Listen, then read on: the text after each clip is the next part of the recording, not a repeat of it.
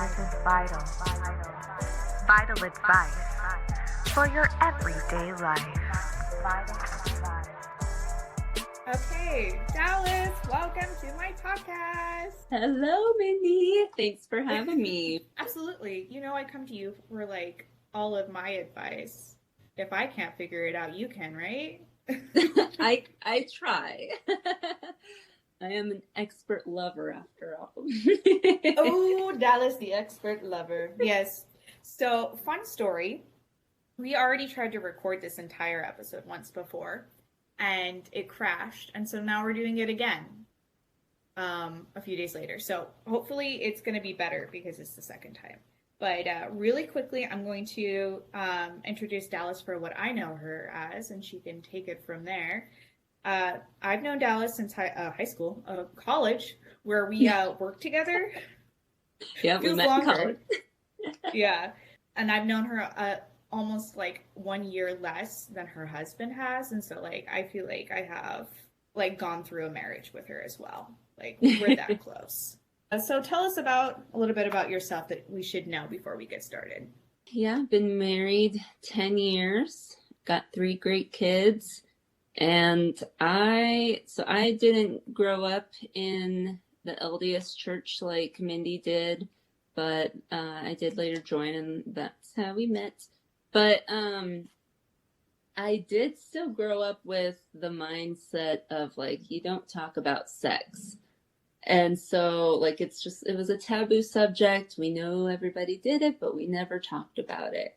And so getting into my 20s, it was really uncomfortable when people would talk to me about, like, their sex lives. But over time, I've gotten comfortable with it, and I enjoy giving people advice and getting their perspective on sex, relationships, and I mean, it's just taught me that everybody's so different, and so hopefully we can help some people with our talk today. Maybe I hope so. I mean, we're hoping. It's kind of one of those subjects, which is why I came to you. That, like, it's hard to define these things, and it's hard to feel confident that what you're saying is helpful. And I know that you have way more experience in these two topics that we're talking about today than I have. I've done research on them, but I've never really felt what I think you need to have the right amount of empathy to address these topics, and you have. And so that's why I invited you on. Okay, so the topic of today, someone messaged me. His name is Caleb, and he asked a bunch of different things for me to consider talking about. And one of them I actually did find really interesting, and I have been thinking about in relation to these things. One that I didn't even think would be an issue, and is, how does one address in their relationship either mismatched love languages or mismatched sex drives? So last time when we recorded this and failed, we started off with love languages, and I still feel like that's the way we should go. I feel like that really does, like, maybe it's just my Mormon upbringing, but maybe we need to skirt around the sex talk a little bit. I don't know, but I feel like it needs like a warm-up topic. So let's get started with that. So what are your thoughts on what a person should do if they feel like they have a mismatch in their love language with their partner? I think the most important thing to consider is first understanding what your love language is with your partner in your relationship. And I mean, I could have avoided a lot of difficult years of trial and error with my husband had we just sat down and been like, this is what I need to feel loved and secure and seen. What is it that you need me to do for you? And so, because my husband and I do have very different love languages. He's, I think we were trying to think of all 5 last time. So it's physical touch, words of affection, acts of service, gift giving, and what's the 5th one? Did you say quality time? Quality time. Yeah. So that's the 5 of them that we'll focus on. But Yeah, so his is physical touch, and mine can be various different things, and also his can be various different things based on like the mood he's in, what's happened, what he needs to feel secure again.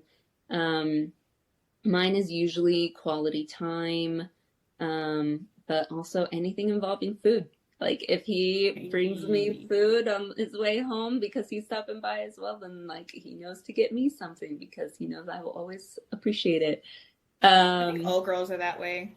Our love Yeah. languages, it doesn't matter if there's a mismatch in your relationship. The primary love language for all females is, did you bring me a snack? Guys, seven times out of 10, if she's angry, she's hangry. Just give her some food. Mm-hmm. I agree with that.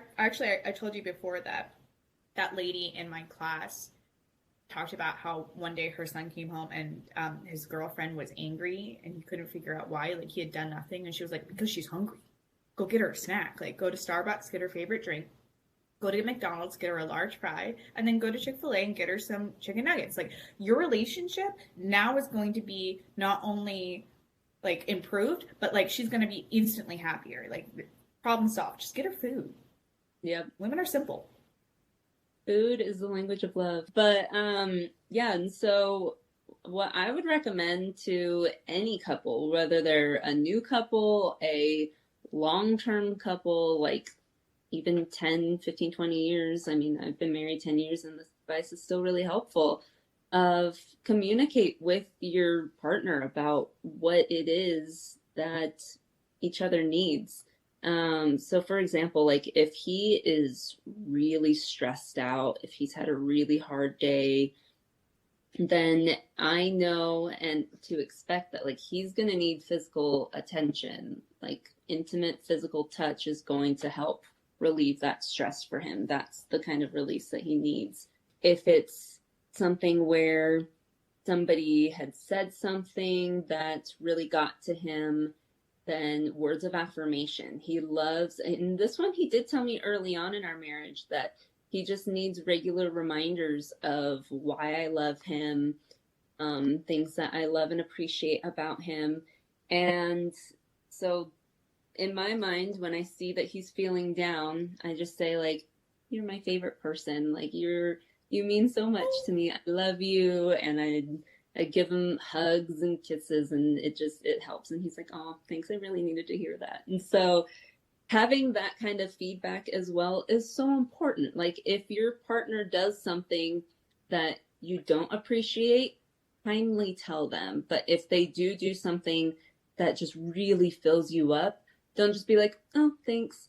Like tell them like, I needed that. You saw me and I felt really cared for and loved because you did that for me. Thank you so much.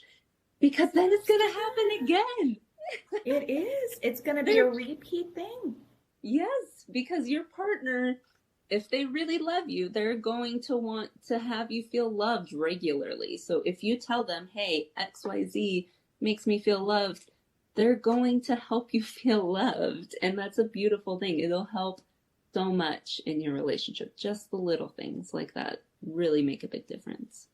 Oh, I totally agree. Like it's like almost giving a roadmap or like an instruction manual to your partner of like, hey, if you're confused, if you don't know why I'm angry, here's what you can do to improve this situation. No, I said in the last week's episode, it was kind of about this topic actually, but I was talking about how you need to say things because you don't know what your partner thinks you're thinking. They can't live in your mind, and 80% of human thought is usually negative self-talk. And so they might think that you think that they're not great. They might think that they're not lovable. Then like that kind of dialogue you can cut short. What the heck just happened to you, visual? You were sideways. I don't know. I'm frozen. I'm dead. We can cut this out. Don't worry. Am I back? Am I good? You are now back. Okay, we can cut it out, so it's not a problem. I don't have ads. It would be a perfect time to put in an ad break there, but I don't do ads, so. We should make fake ads. What should we be advertising? Oh my gosh. I don't sell anything, but if I did a fake ad, I would probably have to do something like, go see a therapist now. Call this person and they will tell you to go see a therapist. BetterHelp. BetterHelp today. New added package. They will send you a human-sized slingshot for your partner who doesn't want to go to therapy. You just strap them in. They shoot them right off to the therapist.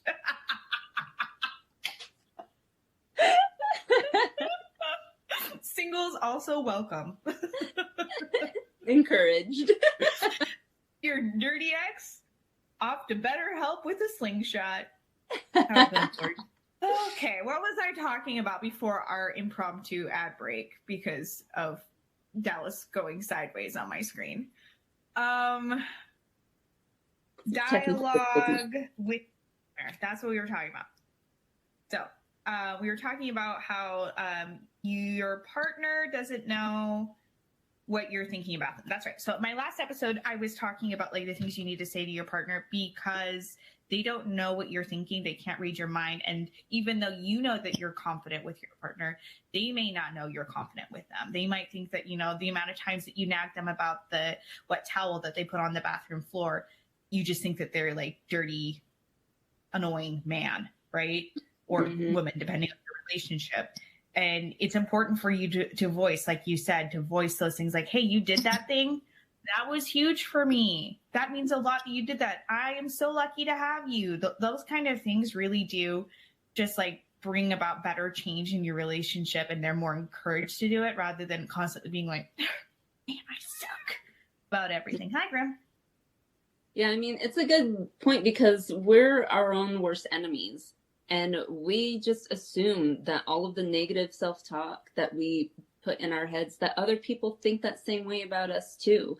And so getting that reassurance from your partner that like, no, I don't think that. Like, I think that you're amazing. I just am pointing out that I would like extra help in this area, or I need you to just think about cleaning up after yourself for this. And like that way, things don't just like keep building up and building until they boil and explode, and then it's an inevitable fight. Yeah, and like this is important for people who don't have their main love language as words of affirmation too. So it's important for people who have like physical touch and like gifts to hear it too, just because we're humans. We don't live in each other's brains, and we need to know those things. But at what point is it, do you think, not helpful to own mental health, to only be focusing on our partner's love language, constantly being like, hey, this I'm doing this for you because I know that your love language is physical touch, but I like gifts and I just don't feel like I'm getting loved? What kind of conversations do you think? Well, it is a conversation because you cannot fill from an empty bucket. And so if you feel like you're just giving and not getting anything in return, say something. Absolutely. But be kind about it. I think that what happens is that people get overwhelmed and they're like, I just need to say how I feel. So I'm just going to like throw it out there because they need to hear this. They need to listen. Something that my husband and I have started doing is saying like, hey, there's something I really need to talk about with you. Is now a good time? Like, are you mentally prepared for me to like talk about something difficult? Get them in a good headspace to be able to take on some information, take on some constructive criticism. Because if you just throw it at them, they're going to feel attacked. But if you say, hey, calmly, like, I'm really overwhelmed and I really need to talk to you about this. Is now a good time? Do we need to wait? Like, do you need to like mentally prepare yourself? It puts them on the same level as you, and they're able to be prepared to potentially receive some difficult information. And so that's going to happen where your partner is going to just get into this rhythm of life, and they start worrying about their own issues at work or whatever, their friends, their family, and they just kind of expect that you're going to just handle yourself, that like their mind is elsewhere and can't be on you. And you're going to feel that, and it's going to be difficult. So what you need to do is sit down and say, hey, I'm not feeling seen. I feel like I'm not getting the attention from you that I need right now.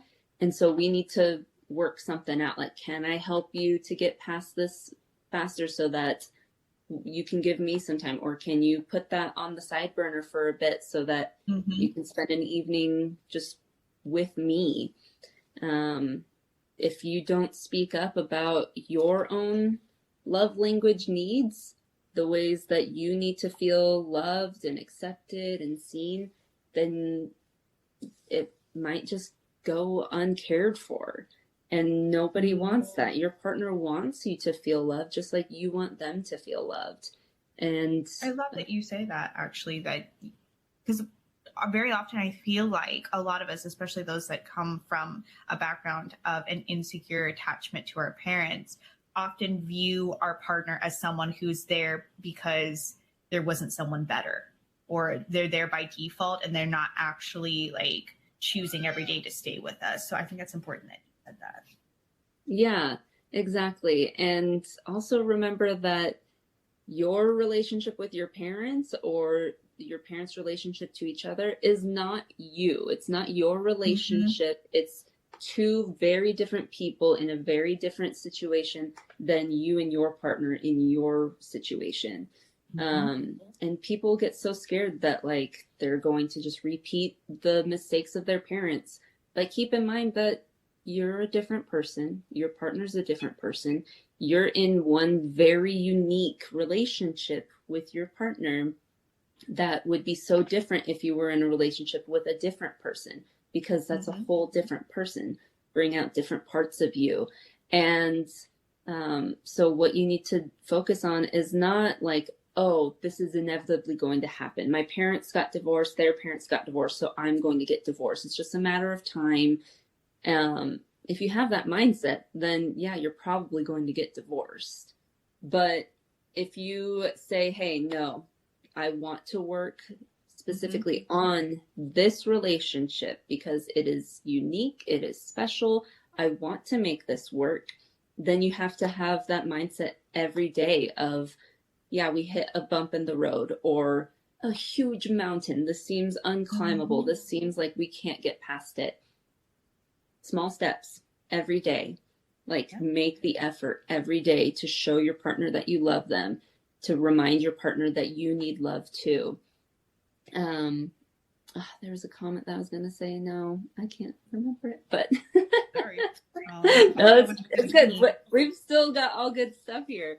It's just, I think so. Okay, so this topic. No, that's great. I have a twofer for you then. A 2-for-1 question. So at what point do you think that human beings as in general, like this is not gender specific at all, should be seeking out a community to fulfill their needs in their love language compared to when should it be a deal breaker? As in like inappropriate, and so therefore it's a deal breaker? Well, I think more along the lines of like, when do you like have that discussion with your partner and possibly just come to terms in your mind that maybe my love language cannot be fulfilled by my partner, whether or not they're on the spectrum, or perhaps like they do have some like holdouts with certain like physical intimacies, or they don't know how to properly give gifts to you, whatever it is. What part of you, like in a relationship, can you give that to someone in your community, a friend group that can fulfill that need for you so that you can stay in your relationship that you worked on and that you love? And what point do you think that the only way to fix it is to leave? Yeah, that's a good point. So Jordan, my husband, and I are in this friend group, and we actually all got together for a friend's birthday party last night. And you guys, okay, I'm gonna let you think on this, and I'm gonna interrupt for a second. They are so sticky, disgustingly cute in this friend group because I'm long distance with Dallas. I just like, I watch them and I'm like, ew, but it looks like fun. ew, you guys are so cute, but no. And you would be in this group if you lived here. So. I want to be like the friend pigeon, or like the friend like bat that just like hangs there and then is like, I gotta go. Just watches. Like, I'm not really involved, but Oh my gosh. So this kind of discussion actually about gift giving came up last night because one of our friends said that he is impossible to buy gifts for because he will not accept gifts that he doesn't already know he will love. So he has an Amazon wish list, and every birthday or Christmas, so he'll just go like fill it throughout the year, and then he tells his wife, okay, go from that list, and so that she knows exactly what he wants and that he's going to accept. And Jordan's like, I thought I was bad. So Jordan actually really loved this idea because he's like, no, he didn't. No. Listen, hear me out. Okay. He loved it because he is also very hard to buy gifts for. But usually he will just buy himself whatever he wants instead of saying like, hey, by the way, I would love this sometime. So he will just get stuff for himself and then tell me afterwards. And so around like Christmas time or his birthday, like a month beforehand, he'll be like, oh, I just bought all this stuff for me because I wanted it. So it's an early Christmas gift to me. And I'm like, but then what do I get you? So he even said like, see, I like that because I don't have any way to tell Dallas like what I want. And so there have been many times where he's like, oh, thanks. But then he doesn't actually love and appreciate the gift. I'm starting to lean into it. It might be a good idea. And I feel like where you're going with this is a little bit like if you have a partner whose love language is gifts, provide them the opportunity to find the right for you. I get that. Okay. Yeah. But then also because we give gifts within the group as well. And so I feel like that has given me an outlet because I do love giving people gifts, but apparently sometimes I'm not great at it. And so like Jordan doesn't always appreciate getting gifts. He doesn't like those kinds of surprises of like not knowing what he's going to get, but this friend group does. And so that's a way that I can get that outlet and then also receive other gifts as well, because the same mindset for him is that I have a hard time knowing what other people would want as well. In that sense, I think that kind of love language is totally acceptable, you know, give people the people you love gifts. Mm-hmm. Yeah. But when it comes to potentially a deal breaker is when your love language, say, is physical touch or quality time. And although I'm like words of affirmation, you can totally tell your friends that you love them and you think they're amazing and stuff. Like definitely do that because that'll also strengthen your friendship. But with boundaries, when it comes to more, with boundaries. So definitely talk to your partner about boundaries. But yeah, like when it comes to something that could be more intimate, that is when you really need to talk to your partner of, hey, I'm not getting this from you. You're not mentally able to provide this to me. How do you feel about opening this part of our relationship up to other people? Because I mean, physical intimacy is just one aspect of a relationship. In my personal opinion, I don't think, and I do recognize that people feel so different from this. Like, this is a very hot topic, but I'm wanting to provide this opinion so that other people can think on it, can see it as a potential option. That I don't think that physical intimacy has to be the make or break of a relationship. It is not the most important thing. in my opinion, the friendship of your relationship is the most important thing. Like, if you don't like the person you're with and therefore don't like spending time with them, but you feel obligated because you love them, they're your spouse, they're your whatever, like, that makes things really complicated. I think the foundation of a really healthy relationship is a very strong friendship. And sometimes people get mismatched, and this can lead into our next topic about sex drives, was like people get mismatched when it comes to physical intimacy, where maybe somebody is asexual and the other person is like pansexual, and they just want some sort of like feeling that they can't get from their partner because their partner's not comfortable with it. But in every other aspect of their relationship, everything is perfect. They're a perfect match except for that one thing. I mean, is that going to be a deal breaker? I think on a personal level, you have to decide that, especially if your partner is not willing to share that part of you with somebody else. No, I agree with you. So like, my personal opinion on this is love languages are how you show love and how you feel love.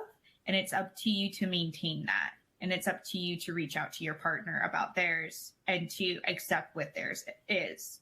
And so as far as mismatch in there, I don't think that's ever a thing because everyone is always different. But I do think that when it comes towards things of, if your partner really, really isn't able to meet your needs, which is the foundational part of your relationship, is your needs, that's why you're there, then I also agree that you should find a way to open up your relationship within your boundaries.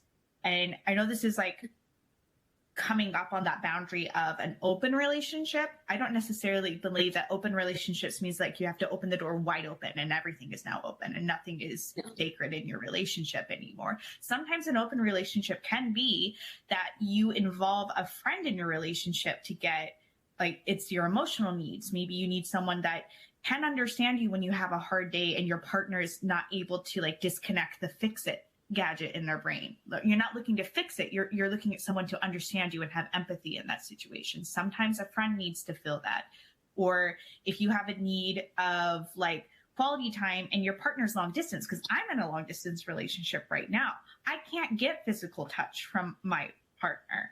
I have to find a different way of approaching this within the boundaries in our relationship. So I don't know if mismatch can ever really happen. I think it's all about what we're able to accept in our partner and whether or not we're willing to do that. So yes. Maybe it's more it's a give and about take. the relationship itself. Yeah. And so, yeah, I think the only area in which it could be mismatched is if one or both people in the relationship are not willing to provide the kind of love language that their partner needs and requires. Definitely. Yeah. I think that's exactly where we're heading. Okay. I think we've established good boundaries and good communication style for mismatch love languages, but and how like important that might be. However, mismatch sex drive, I feel like that is a whole other kettle of fish. That is important. And it can happen is the thing. I do think this is an actual real issue. So just going into it, I know we both have experiences within social groups of this being an issue. I don't think either one of us have had a personal experience where we're like, wow, this guy's just not providing it. I mean, right? I don't think that I've ever been with a man that like wasn't fulfilling that need for me to the level that I just needed it, you know? Yeah, me either, honestly. And I think the only time that nope, it's never happened to me. So we are just the lucky ones, I guess. Of course, like I tend to date younger, so they got the stamina. Why do I say the things that I say? Oh my god. She's a cougar. Yeah, but like like, it works. It benefits me. I don't feel bad being this way. Okay, so just going into it, the general topic I feel like is a spectrum, because like it's not always because someone can't match us. Sometimes there can be things that are holding them back. I know that for me in upbringing in the LDS church, I had a lot of, because like there's this culture where, not just in like the church I grew up in, I feel like it's in general a lot of churches that have purity culture ingrained in them. There is a shame element associated with it. Just in general, it's never painted in a positive light. I've never had a discussion within my church group that saw it as a good thing. It was shameful. And there's this dialogue that if you have sex before you get married, then you either are now looked at in your community as someone who can't respect boundaries, and someone that doesn't love God, and someone that values their lustful desires over their relationship with God, and are giving away something instead of saving it for their husband or their wife, or they pity you. Yeah. Have you ever heard, I don't know if you heard it in your young women's groups when you were growing up, but it was popular when I was going through, of the story of, or the metaphor of being a chewed up piece of gum. Oh, yeah. Yep. Mm-hmm. So to anybody who doesn't know, I don't think that it's talked about much anymore, but not that long ago, young women were taught that if you, so you're basically a piece of gum in your wrapper. And if you have a sexual relationship with somebody before marriage, then that person is chewing on you as a piece of gum.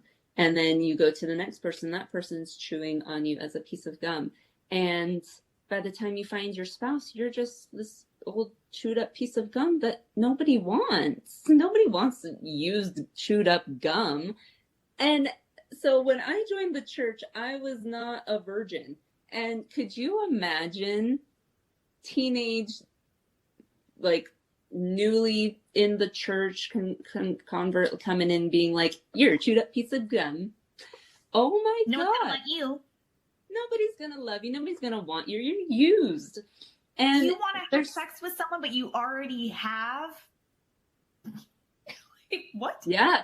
And Jordan said that on his mission, there was regular talk amongst the missionaries, like using women as other metaphors for objects or food, of like, you don't want your birthday cake already having taken a bite out of it, or you don't want somebody to already like open your present before you. And I'm like, oh my God. Literal objectification. Yeah, pure objectification. And so when you mix that with like, yes. And so when you mix that with telling girls that like, you are special because you are pure, then it gets in their minds of like, this is a dirty thing. And like, what happens when I do get married and have to go through this? Or even worse, they don't even know what you're talking about because they didn't get proper sex education. Here in Utah, the sex education in school is just abstinence. That's it. And so just don't do it. But why? Yeah, just don't do it. And there's like stories that go around BYU of newlyweds. They grew up in the church in their bubble, not knowing what sex was. And they get married, and on their wedding night, they're just sitting there in bed next to each other like, what do we do now? And so, of course, like so many couples that I talk to that are also ex-Mormon, like me and my husband, they never got the chance to like try things out and know what they liked or what gender they liked. And so at this point, they're married with kids and have a mortgage and like have settled down, and they're like, but this isn't what I want. Like, now that I've had my like deconstruction from the church, now that I've thought about all these different parts of me and really found out who I am, this isn't me. This isn't what I want. And the partner that I chose doesn't fit me in that way. And that way is very important to me now. And they don't have that kind of sexual intimacy, like physical touch element of their relationship open and accepted to seek out elsewhere. Sorry, I'm starting to stutter, but it's so. I've done it before. But I mean, because this is a subject that really frustrates me because people feel so trapped because of social construct of, all right, well, you're an adult, you got married, you had kids, you're here, you don't want to break up your family, do you? So now you've got to stick to the rules of society. And it's especially because they've had it drilled into them from like newborn age that once you're a family for eternity, and you can't do anything to break that up. And because otherwise you're going to ruin your kids, you're going to ruin your life, blah, blah, blah. And so my husband and I have kind of deconstructed that in a way of like, well, yeah, I got my sexual experiences before joining the church, before getting married, but he grew up in the church. He did not get that opportunity, and he wants other experiences. And I totally understand that. I mean, it's fun to like try out different people, I guess you can say. It is. It's great story time too. Sorry if it's loud. My garage is very loud and it's opening right now. But yeah, and so it's so sad seeing people just accept that, well, their sex life, their sex drive will not be met with a partner anymore because it's not their lifelong partner now does not meet those needs. And that can be mentally and emotionally really draining, knowing that something that you personally need. So especially like for people who are asexual, now they need to either like give their partner more than they're willing to do physically, or they're just like, they feel like they're just going to be alone because they feel like that people aren't going to accept them for not wanting to get physical. And it's heartbreaking. Or somebody who is bisexual, pansexual, wanting relationships outside of just a heterosexual relationship, not being able to experience that kind of feeling, that kind of release, those needs met just because of a decision they made when they were in their early 20s. It is so heartbreaking. And like I said, that's just like one layer of the onion. There's so many other layers there that could be going on with your partner, whether it's like previous sexual abuse, or if they are asexual, or they might not feel like they're capable of doing what you need because you do have a higher sex drive and they just don't naturally have that. There's so many different things that could be going on. So if your partner and you feel like there's a mismatch in the drive or the amount that you want to be having sex, it might not be what you think it is, first of all, and you really need to determine how important sex is in your relationship. Because like for me, long distance, I'm not getting it at all.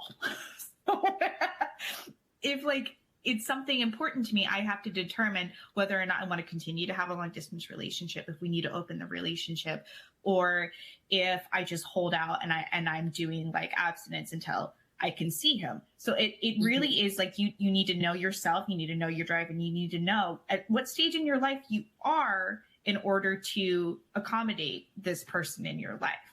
Now, us allosexual people who enjoy having sex, have it pretty easy because we understand that it will happen. But someone who might be in a relationship with someone who is asexual, that's a whole other different, onion. It's not even in the onion. It's like different onion.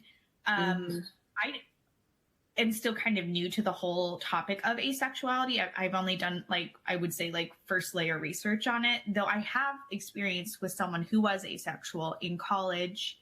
He was my roommate, and we didn't know what asexuality was. We didn't know what aromantic was. We didn't know what, like, anything outside of what the norm of what the church promoted to us at BYU, of what, you know, like, you don't have any sexual desires till you're married, and then all the sexual desires because you want all the babies. Like, that's kind of what we understood as young 20-year-olds.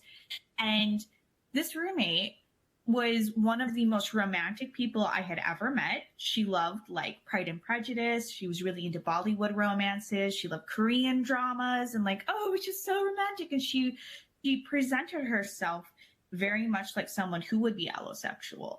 But we started to pick up on things. The type of show she liked to watch where it involved romance didn't have kissing scenes, and it didn't have sex scenes of any kind. And anytime a scene like that would pop up, she would get physically grossed out. It was almost like she would, like, shiver with, like, how grossed out she was by it. And then she'd be like, no, I don't like that. And for us, we were like, yes, you do. What do you mean you don't? Oh, come on. When it's you, you'll like it. It sounds gross, I know, but you'll like it when it's you. We didn't have, like, any concept that, no, she doesn't have those feelings of that being appealing to her. She is grossed out by it. And so when we came across an article about asexuality, we turned to her, we're like, oh my God, do you think this is you? And she started to cry. Yeah. Because in her mind, if she didn't have any sexual desires, no man would want her. And she just turned to us. She says, I want a family. I do want a husband. I promise you I do. I don't know what I am. And she just we never really talked about it again.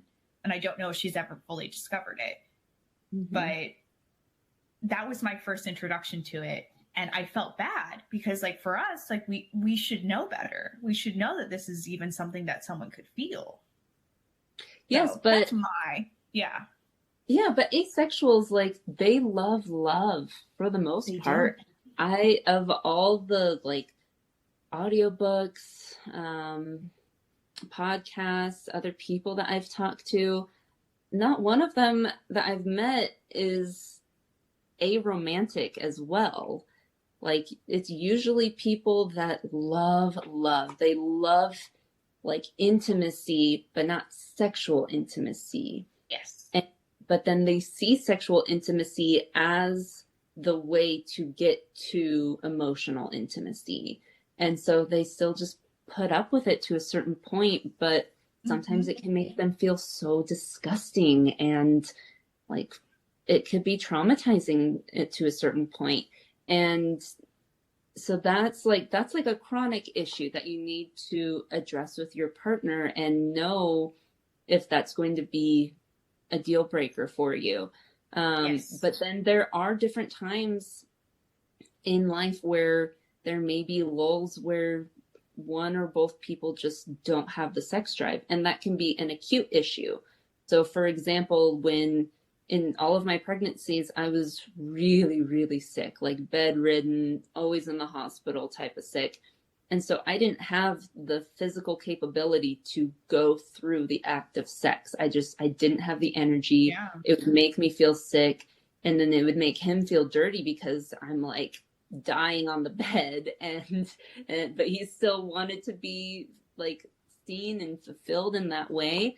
And so over time we got comfortable with, like, okay, when I'm in those states where I just can't provide that for you, then he seeks it out in other ways, whether it's pornography that we have, like, talked about and I'm comfortable with, where it's from, like, an organization or whatever that doesn't do, like, harmful stuff, or it's, like, above board type of thing. Or he'll go through ones that are, like, run by women. That way it's, like, more kind towards women than objectification and stuff like that. And so we talk about those things so that he knows that he is safe to go fill those needs elsewhere while I'm in a state where I can't provide that. And so that is important to talk about with your partner for like acute issues. But if it's a chronic thing, you really need to know if it is going to be a deal breaker, if like long term for the rest of your life, potentially, if you're not going to be okay with that. Oh yeah, and that's one thing that, like, going back to purity culture, I wish that they would stop. Just stop purity culture in general. Yeah, But, please. You, you are not reduced to whether you are a virgin or not. Negativity, like regardless of like if you believe in it or not, whatever. I feel like you need to be having. First of all, you need to know what your sex drive is. You need to have knowledge about yourself, and then second of all, you need to know whether or not your partner's comfortable, not only just with sex, but the type of sex you want. Like, where are your boundaries? Where does it cross? And is that so important to your partner to have that a part of his sex life? That is that going to be a deal breaker? Because not like some people have some really kinky ideas.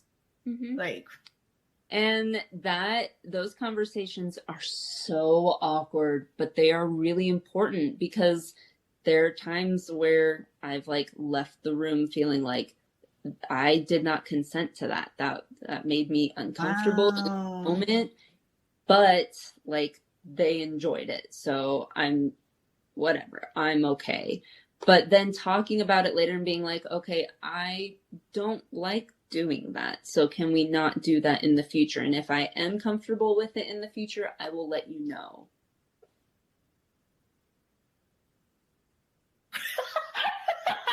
But I think that's an important part. I wonder what it would take for me.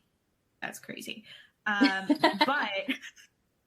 I'm just revealing stuff about myself over here.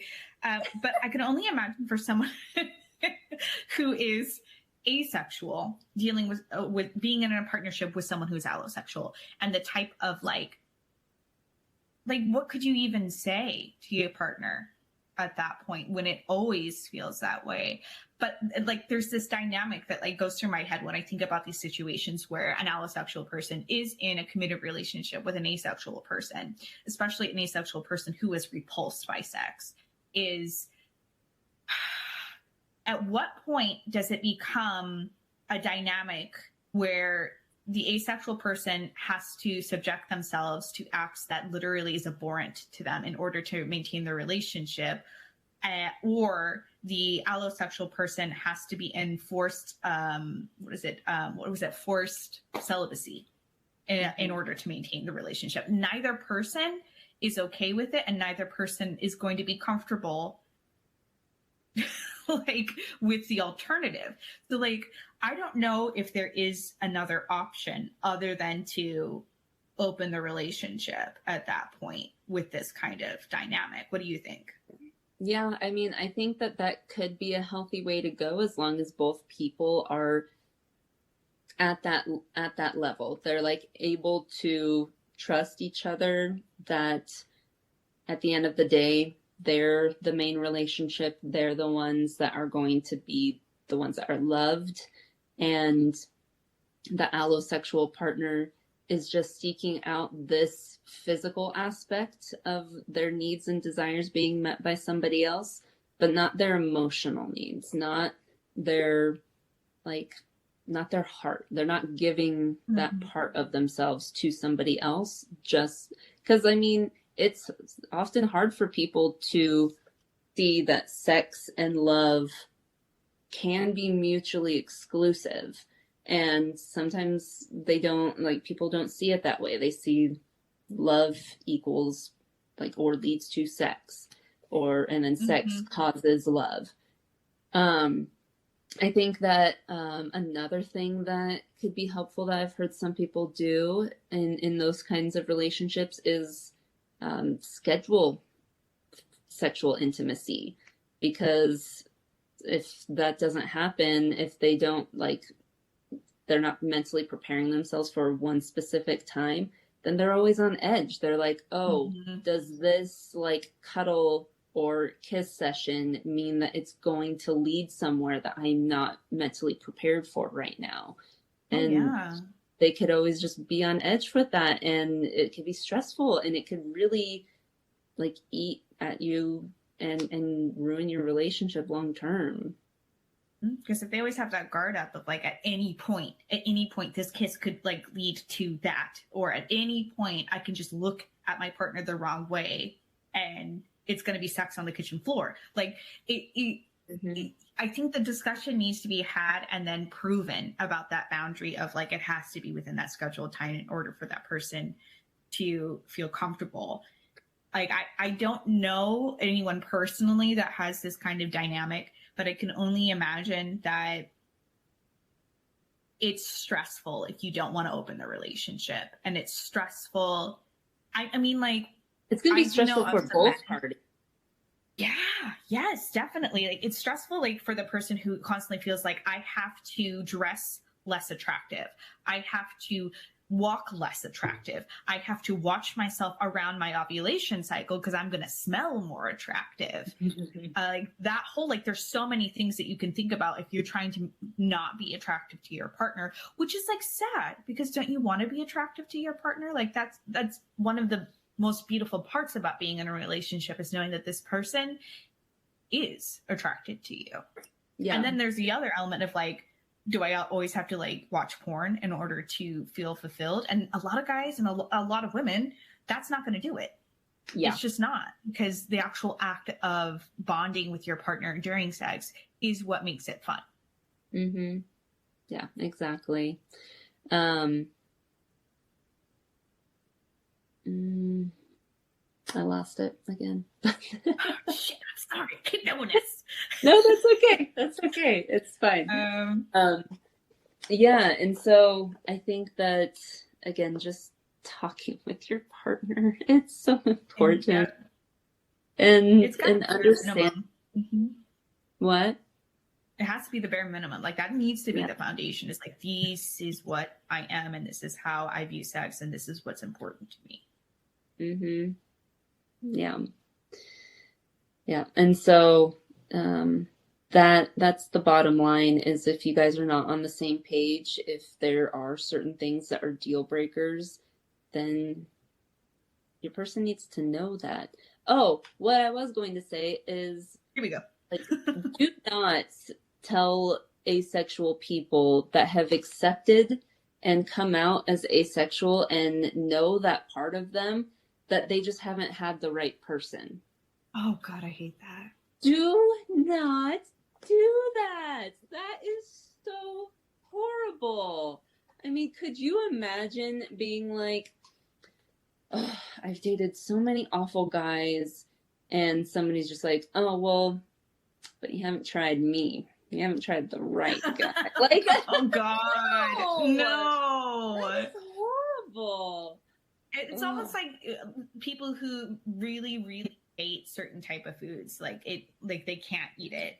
There's always that oh, but you haven't tried, there's going to be one pickle that you're going to like. Mm-hmm. Or maybe you could just accept the fact that this person has tried or just knows. And that's just the way it is. Like, that's just accept other people's ways of living life. Yes. I don't understand why that's so hard. Just because it doesn't reflect your needs and doesn't reflect your experiences, why are you trying to make yourself feel more validated in someone else's walk of life? I don't get it. We are all such different people. Agreed. So within the spectrum, I have done some research on asexual people approaching relationships and the fear of opening a relationship, because their understanding in general of the sexual act being related to being emotionally close to their partner, like the bonding element to it, which on my podcast, we have talked about how, like, regardless of whether or not you are going to continue being sexual with that person, you do release bonding chemicals in your system when you have sex with that person. But that doesn't mean that we are slaves to our emotions. We can control that. But with asexual people, the concept there is very difficult to understand, because their element is the bonding. Like, that's what they get out of sex. Because a lot of asexual people do have sex, and some of them, to a degree, see it as something that is like recreational, I guess, like rock climbing or whatever, like they Or see it as even like fun. or even as a means to an end. Yes. Like, Or even as a they'll- means to an end. Yeah. yeah. So that they can get that kind of closeness. But I mean, for people like me and you that can separate the emotions from the sex, like sometimes it's fun to just have a one night stand or something, you know, like it's totally fine and it can be healthy. It can release like stress, but for somebody that sees them as inherently connected, that kind of situation just doesn't seem like possible. Yeah. So like what I think of is sometimes I have a lot of like random people, and someone had no affection towards animals. Like they couldn't understand why people had pets. And I was talking to her one day about like why like they're so cute. They're so fuzzy. They're so lovable. Even like the little hamsters, you don't even like the little cute little hamsters, like nothing. And she's like, it's like someone took me into a tire store and were trying to get me to pet tires or hold this bike tire. Or isn't this tire cute? Like, it's just like, that's kind of how I feel like some asexual people approach the act of sex. Is like, yeah, okay, you know, I like tires. They're useful for my car, but like, I don't get off on tires. Like, no, tires. So I think kind of that some of that element is in there too. But then there's also the trauma aspect to it. It can be traumatizing, especially if someone has a mismatch in there. Like if someone's really kinky and someone's like really into the dirty stuff, having a relationship with an asexual person, that's, oh man, I just can't imagine. I mean, yeah, like I said earlier, I've been in situations like that where I left thinking like that wasn't what I wanted. Could you imagine that every single time of being like, all right, I feel dirty and taken advantage of, and I didn't consent to these certain things? I mean, constantly. And so, I mean, for any relationship, these sex talks are awkward and difficult, and you feel like you're going to offend your partner, but they are essential for you to feel safe and secure in your physical relationship. I think it's important to kind of focus on the fact that like if you're an adult, if you can have sex, you should feel comfortable going out of your comfort zone enough to talk about it, because we're not in high school anymore. I get that like when our emotional egos were very fragile and anything could harm us, it was more difficult to talk about these things. But if you're going to be in a relationship with someone that you're going to be having sex with, you got to be able to talk about it. And you got to work that awkwardness out of the conversation. Just own it. I guess you can do it, then you can talk about it. Yep. So I don't know if I'm fully convinced that a person who is allosexual in a relationship with an asexual person necessarily need to end that relationship. But I do understand that it can be very scary for the asexual person to open the relationship, because they do associate that with bonding with their partner. Yeah. And so they would think like, oh, if my partner can find this elsewhere, then they're going to find every other aspect of the relationship with that person too. Like nothing is valuable anymore. Yeah. And so, yeah, it comes back to like foundation of your relationship should be friendship. You should be able to talk with your person about your boundaries, your needs, and feel safe and secure in that. And if you don't yet feel safe and secure to talk about these things, then you need to work on the friendship first before working on any sort of like intimate level connection. Yeah. I agree with you. I don't agree that any asexual person should try to adapt to the allosexual person's needs just because that's the norm. Yeah, that's not fair to them at all. No, but I do think that it's important that both partners get their needs met some way. And so if you know for sure that your partner is asexual, like they've talked to you about it, I guess like what I'm trying to say here is, at what point do you walk away for the betterment of the relationship? what point do you, as a human being, feel like it's justifiable to do that? Yeah, I mean, I guess if your partner is not willing to accept your needs in any way, shape, or form, if they're not willing to schedule time to be intimate so that you can look forward to it and they can mentally prepare for it, if they're not willing to allow you to seek those needs out elsewhere, whether it be through masturbation or an open relationship, like if they're holding you prisoner in that sense of basically saying like, well, my needs and my feelings are more important than yours, then that, I think that's really unhealthy at that level. It's just not healthy. Honestly, I feel like this is the type of relationship that could benefit from couples therapy the most. If anything else, I mean, communication styles can often cause contention in relationships in general, but imagine sex drives being the difference. Like, I think that needs to be something that you do bring someone else into. Am I boring you, Dallas? I got like 5 hours of sleep last night. I'm good. We're partying too hard. Yawning on my podcast. How dare you? Oh, I'm so sorry. I'm here. I'm present. I am listening. I'm focused. Okay. What was I going to say? Something about getting help. Okay. Yes. I honestly want to bring up polyamory in this situation, because one of the biggest benefits that anyone can get from polyamory is the fact that everyone's needs can get met some way and no one is abandoned. Yeah. So I know that you have some knowledge on this. Yeah, and there are different types of polyamorous relationships. There are ones where everyone is equal. Everyone has the same level of love and care as everyone else. And then there are ones where it's kind of a hierarchy, where you have your primary partner and then your secondary partner, your tertiary partner, and so forth. And that is one where your primary partner, whatever they say goes, basically, where you guys have to be on the same page. Otherwise, the poly relationship is not going to be successful.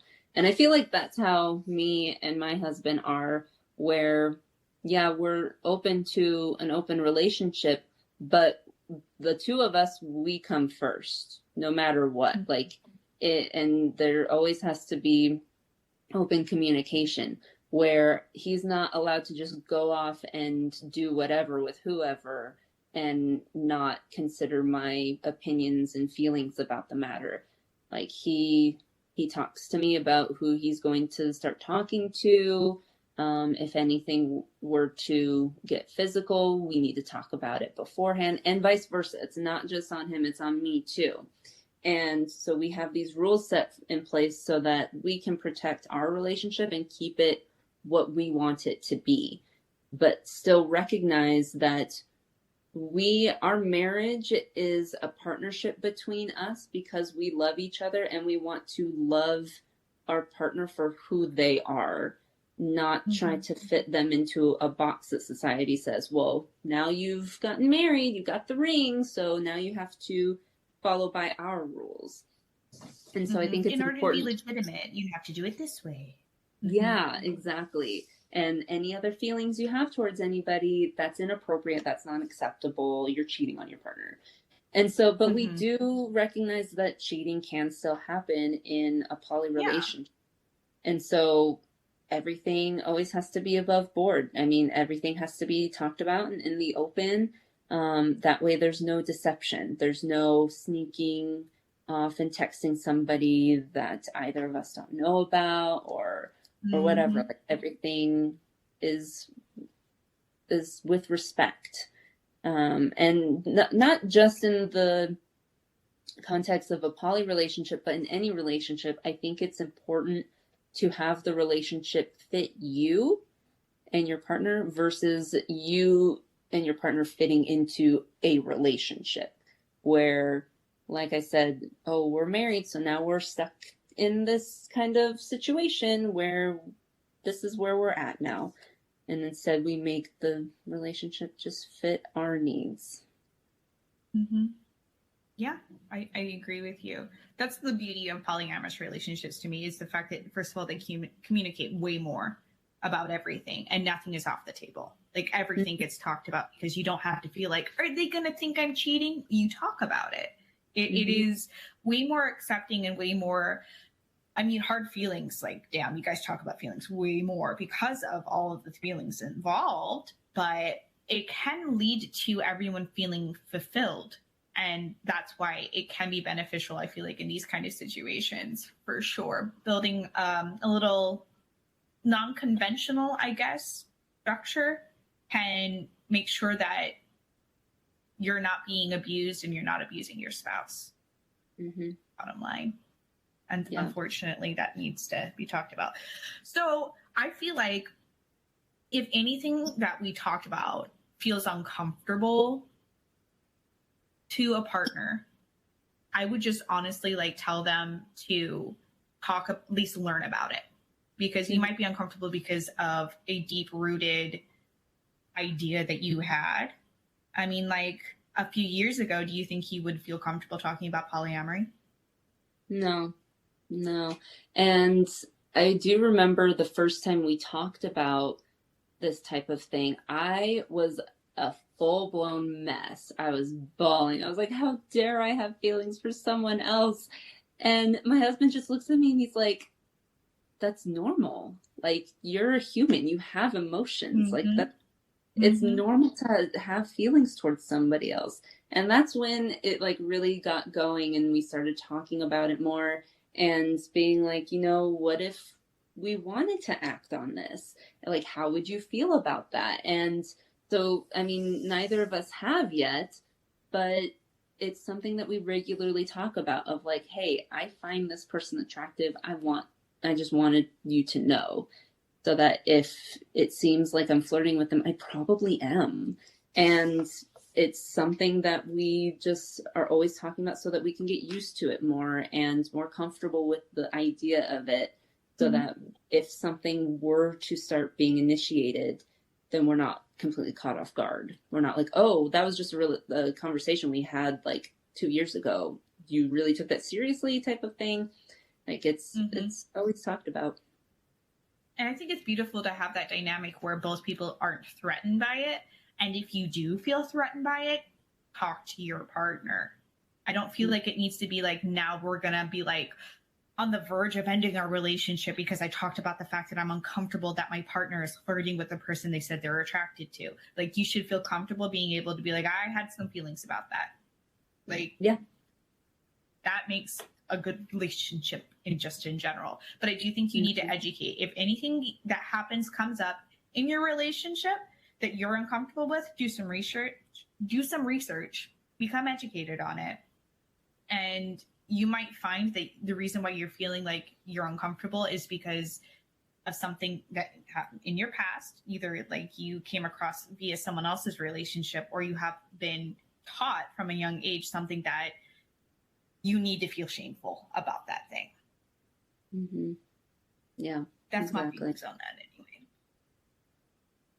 Any other thoughts or feelings? Safe space. So on the same topic of like wanting, like having the freedom to talk to your partner about what's on your mind, how I describe it to Jordan is that I feel like there are moments where I'm talking to husband Jordan, and then there are times where I'm talking to best friend Jordan, where it's about something outside of our marriage. And I'm like, I need to talk to you as my best friend, because that's the kind of input and advice I need, versus when I talk to him about like husband stuff. Yeah, I think it's a good idea to maintain, because like you should have some sort of element of friendship with your partner. You should not have to always feel like everything is so goddamn serious. Like some things can be like so much more on a fluffy, superficial level. You don't always have to be like, let's get to the root of this issue. I like that. Keeping a friendship clear and defined within your romantic relationship. That's cute. And I mean, he said that he doesn't see it that way. Like, I'm just me, and so he talks to me as The Jordan me. answer. He is such a Jordan answer. He does not compartmentalize things. Everything is that. But It's just whatever this is the way it is. I mean, it's a great representation of how people are just so different in relationships. Like, he and I are so different in so many ways, but we work because we're willing to work through it, and we recognize that, like, I love him for who he is. He loves me for who I am. And so anything that's going to get uncomfortable, like, we will work through it because we want this relationship to stay. Yeah, I've never told you this, but I'm going to tell you this now. Oftentimes when I think about your dynamic with your husband, your thought process, I like imagine what's going on in your head is like Bob Ross painting and like painting this beautiful picture, whereas Jordan's head is just like Morse code. He's like, got it. But you're like, look at this beautiful picture, and there's some happy trees, and there's a waterfall over here, and he's like 0 1 1 0 0 0 1 1 0. But somehow, even with this mismatched communication like level on your brains, you've been able to like make it work and flourish all these years. So I think if anything, you guys are a great example of how it can work with the right mindset and the right commitment behind it. Yeah. Awesome. Yeah, it's all right. It's really just if you want to make it work, you got to figure out how to make it work. Agreed. Like that's like the main point of like this whole episode. I know we've been on for like over an hour, but you want to make it work and you both are making it work, you can make it work. Yeah. It's like the whole point of the episode. Summed up into one. It really is. Yeah. Like, we're killing it over here. Here, I want to thank you for coming on and giving me 2 days of your time in order to record this episode. And thank you for being my first virtual guest. Yes, thank you so much for having me. And it was a lot of fun talking about this with you. I enjoyed it. You were the right person to come to for sure. All right, I'm going to sign you out, and then I'm going to sign these guys out. Okay, bye, Mindy. Bye. All right, if you have made it to this point in the podcast, I am so proud of you. It was a long one, but I feel like Dallas provided us with a lot of golden nuggets of knowledge for us to put into our lives from her 10 years of marriage. I'm very proud to say she is my best friend. All right, I'm going to let you guys go, though. Remember to stay present. Remember, two realities can exist at once. Remember to study the brain because it's a fascinating place. And I will see you guys next week. Bye.